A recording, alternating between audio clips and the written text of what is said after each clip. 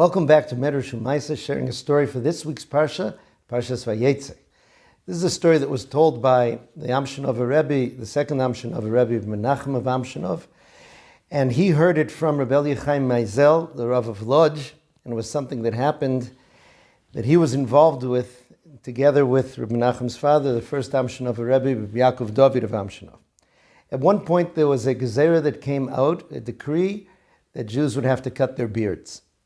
And the Amshinov Rebbe on Erev Shavuos told VaYeitzei Maizel, I would like you to come with me to the governor of the Warsaw district, and we have to try to stop this decree. He said, I need you to come because I'm not sure which language he's going to speak. If he'll speak in German, I can speak with him and that will be good. But if he decides to speak in Russian, I'm going to need your help, and you're fluent in Russian. They came to the governor's mansion, and Rabbi Yaakov Dovid poured out his request and began to cry bitterly. The governor really tried to brush it off. He said, this is not in my jurisdiction. This is something that came out of St. Petersburg, out of the central government. You have to go there. And Rabbi Yaakov Dovid refused to give up. He was crying and repeating his request. And eventually the governor stood up and said, I'm sorry, I have no more time for you. And he started to walk into another room. At this point, Rabbi Yaakov Dovid grabbed the governor's sleeve and said, I will not let you go until you cancel this decree. And he started walking along with him as the governor tried to get out into the other room. At this point, Rabbi Yechaim feared for the Amshinov Rebbe's life. This was something that you could be killed for. And he started to pull on the Rebbe from the other side.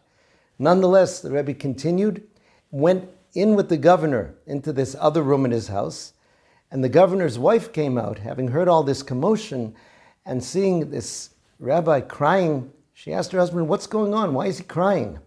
When she heard the story, she became very angry, and she said, you have to cancel this. You see how much it pains him. And the governor did manage to cancel it immediately that day. They say that when the edict was canceled, some Jews were in the middle of having their beards cut off, and there were not a few Jews who had half a beard for a period of time, because when it was canceled, it was canceled. At the end of this story, so the Amshinov Rebbe explained himself to Rabbi Yechaim Maizel. He said, you're wondering why I did such a dangerous thing. He said, the only reason I was able to do it was because I felt my father, Rabbi Yitzchak, with me, and I could hear him telling me, you can do this, you will succeed, don't give up, don't let him go. In our Parsha, Yaakov Avinu says, Lulei Elokei Avi, were it not for the God of my father, Elokei Avram, Pachad Yitzchak, the God of Avram, and of Yitzchak, Hayoli, right, who was with me, Ki atom rekom shilachtani. Then I would have not have succeeded in my struggles with Lavan, and I would have been left empty-handed. We're all part of a chain, and the more we can connect to that chain, the more we can tap into the strength of all those who sacrificed and did so much before us, and that was the secret of his bravery and of his struggle, and a large part of the secret of our nation's continual survival. Wishing everyone a wonderful Shabbos. Kol Tuv.